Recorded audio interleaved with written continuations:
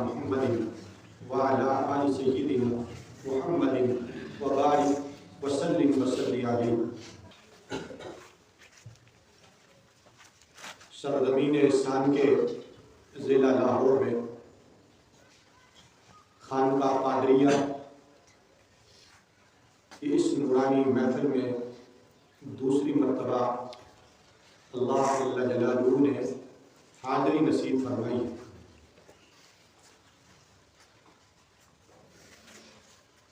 رمضان المبارک 10واں روزہ اور ماشاءاللہ اللہ کے راستے میں نکلی ہوئی جماعت سندھ سے ہمارے مہمان تشریف لائے۔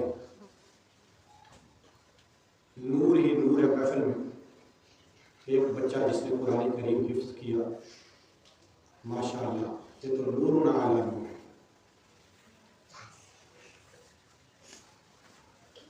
میرے بھائی بزرگ اور دوستوں، انسان اللہ کی ذات کے ساتھ جتنا زیادہ تعلق قائم کرتا ہے اتنا زیادہ یہ اللہ کے قریب ہوتا چلا جاتا ہے۔ اللہ کے حکموں کو رسول کریم رؤوف الرحیم خاتم المرسلین صلی اللہ علیہ وآلہ وسلم کے طریقوں کے مطابق جو لوگ پورا کرتے ہیں یہ لوگ اللہ کے قریب آتے چلے جاتے ہیں۔ قرآن کریم کی 6666 آیات اور ان میں اللہ نے کچھ احکامات دیے اور کچھ چیزوں سے اللہ پاک نے منع فرمایا۔ جو لوگ اللہ کے حکم کو پورا کرتے ہوئے آگے بڑھتے ہیں اللہ قدم قدم پر انہیں کامیابی اور کامرانی عطا فرماتا ہے، اور جو لوگ اللہ تعالیٰ نے جن چیزوں سے روکا ان سے رکتے چلے جاتے ہیں، اللہ ان لوگوں پر قدم قدم پر مہربانی فرماتے چلے جاتے ہیں۔ اللہ کے حکموں کو ماننا، رسول کریم صلی اللہ علیہ وسلم کے طریقوں پر چلنا، یہ کامیابی ہے اور اللہ کے قرب کا ذریعہ۔ جو لوگ اللہ کے حکموں کو مانتے ہیں ان پر عمل کرتے ہیں اور اللہ نے جن چیزوں سے منع کیا ان سے رک جاتے ہیں، یہ لوگ متقی اور پرہیزگار کہلاتے ہیں۔ اور یہ قرآن کریم جو اللہ کی سب سے آخری کتاب ہے، اس کو قرآن کریم کہتا ہے ہدی للمتقین۔ یہ متقی لوگوں کے لیے روشنی کا سامان ہے، ہدایت کا سامان ہے۔ متقی لوگوں کی صفات اللہ نے قرآن کریم میں جگہ جگہ بیان فرمائی۔ یؤمنون بالغیب، بن دیکھی چیزوں پر ایمان، یؤتون الزکوٰۃ، زکوٰۃ کی ادائیگی، یقیمون الصلاۃ، نماز قائم کرنا، یہ ساری چیزیں اللہ جل جلالہ کے وہ پسندیدہ بندے سر انجام دیتے جنہیں اللہ نے چن لیا، اور اللہ جن پر مہربانی فرماتے ہیں اللہ انہیں چن کے اپنے قریب لے آتے۔ قرآن کریم میں اللہ نے فرمایا اللہ یجتبی الیہ من یشاء ویہدی الیہ من ینیب۔ اللہ جسے چاہتے ہیں اسے اپنی طرف کھینچ لیتے، ویہدی الیہ من ینیب، اور اللہ جسے چاہتے ہیں اس کو منیبین جو ہے عنابت رکھنے والے ان کی اللہ رہنمائی فرماتے۔ یہ چیز جو ہے انسان کو دل دماغ میں بڑی اچھی طریقے سے بٹھانا چاہیے کہ یہ مسجد میں ہم جو آئے یہ ہم خود نہیں آئے، اللہ لے کے آئے۔ یہ قدم جو ہم نے اٹھایا یہ خود نہیں اٹھایا، یہ اللہ نے اٹھایا ہے۔ اللہ کے رسول کی بات جو ہم سنتے ہیں یہ خود کوئی طاقت کوئی پاور، کوئی قوت ہمارے پاس نہیں کہ ہم سن سکیں۔ اگر اللہ سننے والے سل ختم کر دے تو سل ختم ہو جائے تو یہ دیوار پہ لگی گھڑی نہیں چل سکتی۔ ٹرانسفارمر میں بجلی کی پاور نہ ہو تو یہ چھت پہ لگے پنکھے یہ نہیں چل سکتے۔ تو اللہ نے جو مشین بنائی ہے، اللہ کا غیبی نظام ان کو چلاتا ہے۔ سننے کی طاقت نہ دے کوئی سنا نہیں سکتا، بولنے کی طاقت نہ دے کوئی بلوا نہیں سکتا، سمجھنے کی طاقت نہ دے کوئی سمجھا نہیں سکتا، دل کو وہ نہ دھڑکائے، جام کر دے، وال بند کر دے، اس کی مرضی، اس کی ترتیب۔ تو یہ جتنے بھی اللہ جل جلالہ کے کارنامے ان میں اللہ جن کو چن لیتا ہے ان کو اپنے قریب لاتا ہے۔ ذکر انسان کرتا ہے، ایک حدیث قدسی میں آتا ہے کہ بندہ میرے بارے میں جس طرح کا گمان کرتا ہے میں بندے کے ساتھ اسی طرح کرتا ہوں اور میں اس کے گمان کے قریب ہوتا ہوں۔ جس طرح آپ کسی آدمی سے کسی کام کی غرض سے ملنے کے لیے جاتے ہیں، آپ کو بھی پتا ہوتا ہے جب میں اس بندے کے پاس جاؤں گا تو میرا یہ کام ضرور ہو جائے گا، اور جب آپ قریب ہو جاتے ہیں اور جس طرح کا آپ خیال گمان ارادہ لے کے جاتے ہیں، اللہ کی طرف سے ایسی ترتیب بندی ہے کہ یہ بندہ آپ کا کام کر دے۔ اور اگر وہ بندہ پہ اپنی مجبوری ظاہر کرے تو پھر یہ ضرورت مند بندہ اسے کہتا ہے کہ بھائی میں تو بڑی آس بڑی امید لے کے آپ کے پاس آیا، مجھے یہ پتا تھا کہ میں آپ کے پاس جاؤں گا خالی نہیں واپس آؤں۔ لیکن یہ انسان کی بات ہے، اگر یہ مجبور نہ ہوتا ہو سکتا ہے آپ کا کام کر دے، لیکن انسان ہے، مجبوری آ گئی آپ کا کام نہیں کر سکتا۔ مگر اللہ کو کوئی مجبوری نہیں ہے، اللہ کو کوئی مجبوری نہیں ہے۔ اللہ ایک بڑے سے بڑے کافر کو سیدھے راستے پہ لے آئے، اللہ کو کوئی تانا نہیں دے سکتا، اللہ کو کوئی طنز نہیں کر سکتا کہ اللہ یہ تیرا دشمن، تو نے اس کو کیوں رائے راست پہ کھڑا کیوں اس کو روشنی دیا، اس کو اندھیرے سے نکال کے آپ روشنی میں اللہ کیوں لائے؟ اللہ کو کوئی نہیں پوچھ سکتا۔ تو انسان ذکر اللہ کرتا ہے، اللہ کے قریب ہوتا چلا جاتا ہے۔ اللہ میرے بندے، میرے بندے، جب تو اپنے دل میں مجھے یاد کرتا ہے، میں اپنے دل میں تجھے یاد کرتا ہوں۔ اذا ذکرنی فی نفسہ ذکرتہ فی نفسی، اپنے دل میں بندہ یاد کرتا ہے، اللہ کہتے ہیں میں اپنے دل میں تجھے یاد کرتا ہوں۔ وَإِن ذَكَرَنِي فِي مَلَئٍ ذَكَرْتُهُ فِي مَلَئٍ خَيْرٍ مِّنْهُ، فرمایا کہ اگر مجلس میں مجھے یاد کرتا ہے تو میں اس سے بہتر مجلس میں تجھے یاد کرتا ہوں، اور وہ بہتر مجلس فرشتوں کی مجلس ہے، اللہ اس میں یاد کرتا ہے۔ اور فرمایا ان تقرب الی شبرا، بندہ ایک بالش میرے قریب ہوتا ہے، تقربت الیہ ذراعا، تو میں بندے کے ایک بازو کی مقدار قریب ہوتا ہے۔ وَإِن تَقَرَّبَ إِلَيَّ ذِرَاعًا تَقَرَّبْتُ إِلَيْهِ بَاعًا، فرمایا بندہ ایک بازو میرے قریب ہوتا ہے تو میں دو بازو اس کے قریب ہوتا ہوں۔ وَإِنْ أَتَانِي يَمْشِي، اگر بندہ میری طرف چل کر آتا ہے، أَتَيْتُهُ هَرْوَلَةً، میں بندے کی طرف دوڑ کے آتا ہوں۔ بس انسان کو جو اللہ نے چھوٹی موٹی ترتیب عطا فرمائی ہے، اہدنا الصراط المستقیم، پنجگانہ نماز کی ہر رکعت میں کوئی رکعت ایسی نہیں ہے نماز کی، کوئی نماز کی ایسی رکعت نہیں جس میں اہدنا الصراط المستقیم کا سوال اللہ سے انسان ہے۔ صراط مستقیم بالکل سیدھا راستہ، دائیں جانے والا، بائیں جانے والا، موڑ ڈھونڈنے والا، یہ صراط مستقیم نہیں، یہ ٹیڑھا راستہ ہے۔ شیخ الاسلام ابن تیمیہ کے شاگرد رشید علامہ ابن قیم جوزی فرماتے ہیں سیدھا راستہ وہ ہے جس میں کوئی پگڈنڈی نہیں، کوئی کھائی نہیں، کوئی ٹویا نہیں، کوئی ٹبا نہیں، کوئی موڑ نہیں، کوئی مدور راستہ نہیں، گول چکر، سیدھا، یہ ہے صراط مستقیم۔ اللہ نے ایسی تلقین فرما دی کہ ہر نماز میں انسان اللہ سے مانتا ہے کہ اللہ مجھے سیدھے راستے پر چلائے رکھا۔ جو بندہ سیدھے راستے پر چلتا رہے گا وہ دنیا میں بھی کامیاب ہے، آخرت میں بھی کامیاب ہے۔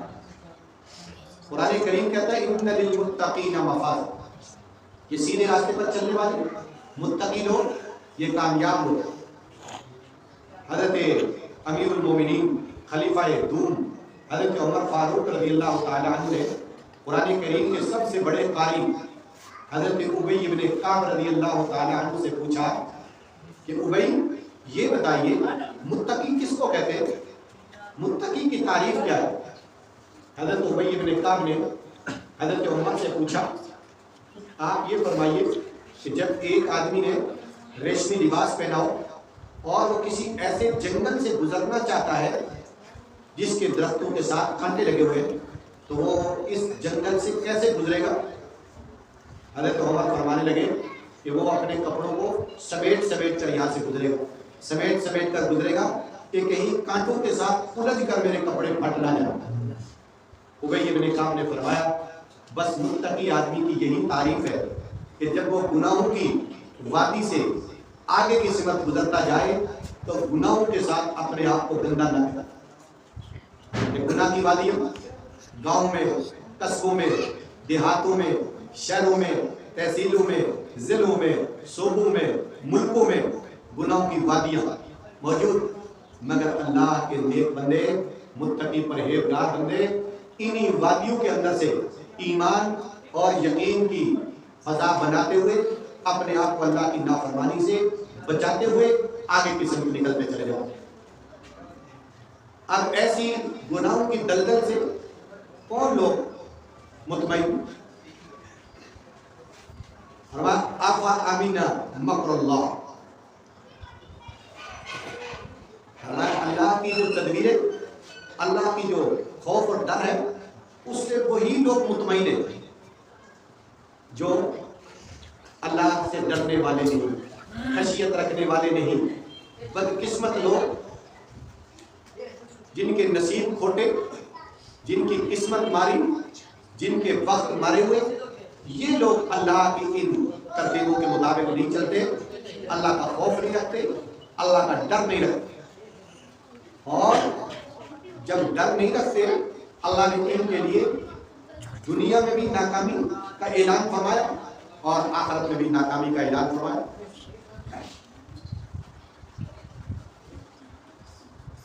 قرآن کریم نے کامیاب لوگ ان کو قرار دیا جو دوزخ کی دہک کی آگ سے بچ جانے والے۔ فمن زحزح عن النار وادخل الجنة فقد فاز، فرمایا جو دوزخ کی آگ سے بچا لیا گیا اور جنت میں پہنچا دیا گیا، فرمایا یہ کامیاب ہو، یہ کامیاب ہو۔ اور فرمایا قرآن کریم کی تقویٰ کا جو آخری آیت، وَاتَّقُوا يَوْمًا تُرْجَعُونَ فِيهِ إِلَى اللَّهِ ثُمَّ تُوَفَّى كُلُّ نَفْسٍ مَا كَسَبَتْ وَهُمْ لَا يُظْلَمُونَ۔ فرمایا لوگو تقویٰ اختیار، اس دن سے ڈرو، وَاتَّقُوا يَوْمًا، اس دن سے ڈرو، تُرْجَعُونَ فِيهِ إِلَى اللَّهِ، جس دن میں تم اللہ کی طرف لوٹائے جاؤ۔ پھر کیا ہوگا؟ ثُمَّ تُوَفَّى كُلُّ نَفْسٍ بِمَا كَسَبَتْ، پھر جس نے جو کمایا دنیا میں، جو ہتھیایا دنیا میں، جو عمل کیا دنیا میں، نیکی کے کام کیے، پورا پورا پورا بدلہ دیا جائے گا۔ تم تو کل نفس ما کسبت، جو اس نے کمایا، نیکوکاروں کو ان کی نیکیوں کا پورا پورا صلہ ملے گا۔ تو لا یظلمون، کوئی کمی نہیں کی جائے۔ اور انسان اپنی کھلی آنکھوں سے دیکھ لے گا کہ جو کچھ دنیا میں اس نے کیا۔ یہ دعا انسان مانگتا ہے۔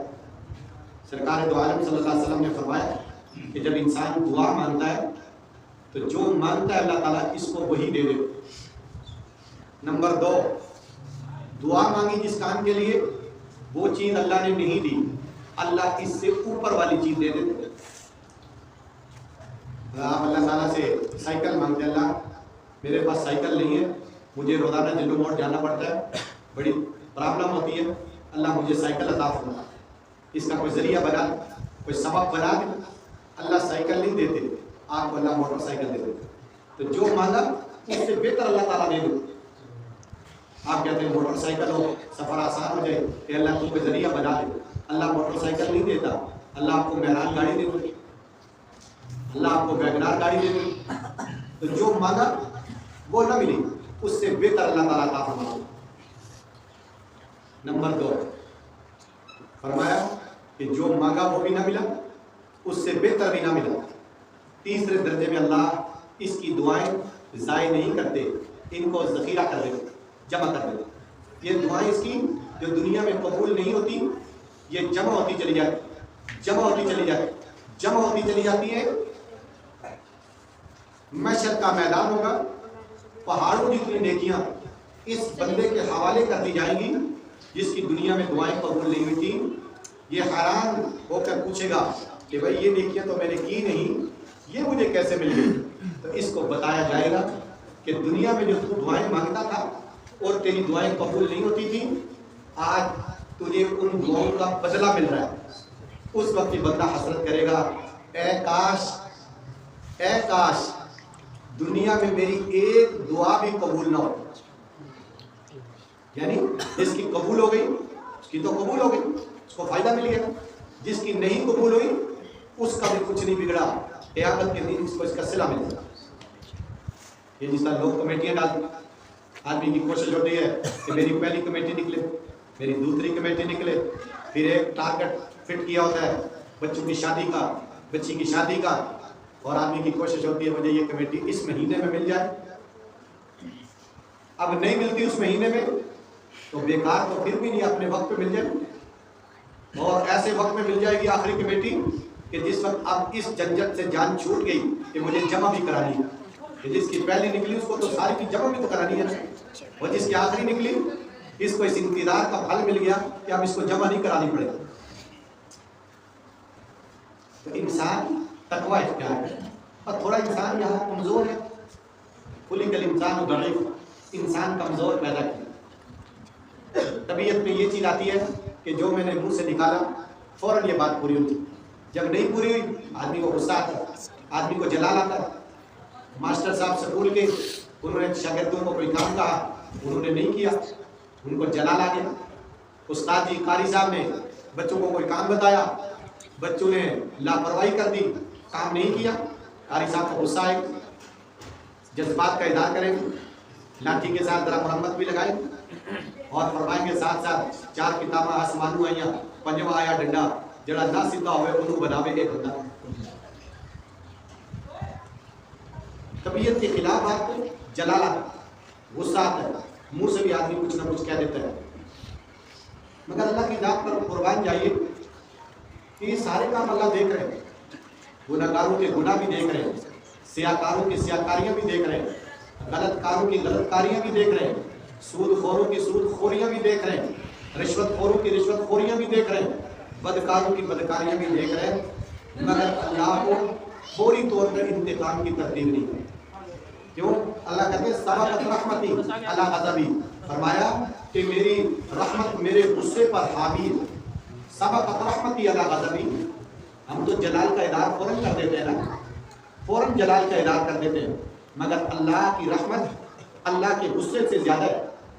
اللہ کا غصہ تھوڑا ہے، اللہ کی رحمت، اس کو رحمان اور رحیم کہتے ہیں۔ سبقت رحمتی علی غضبی، اس کی رحمت غصے پر غالب۔ اور جہاں کہیں اس نے اپنے غصے کا ٹریلر چلایا، اس کو آپ دیکھ لیجئے کہ نوح علیہ السلام کی ساری قوم غرقاب ہو گئی، پانی میں ڈوب۔ لوط علیہ السلام کی قوم پر غصے کا ٹریلر چلا، اللہ نے فرشتے کے ذریعے بستی کو یوں اٹھوایا، آسمان پہ پہنچایا، آسمان پہ اس بستی کو یوں کیا اور زمین پہ پٹھایا، اوپر سے پتھر برسائے، ہر پتھر کے اوپر بندے کا نام لکھا ہوا، یہ اس کو جا کے لگنا ہے۔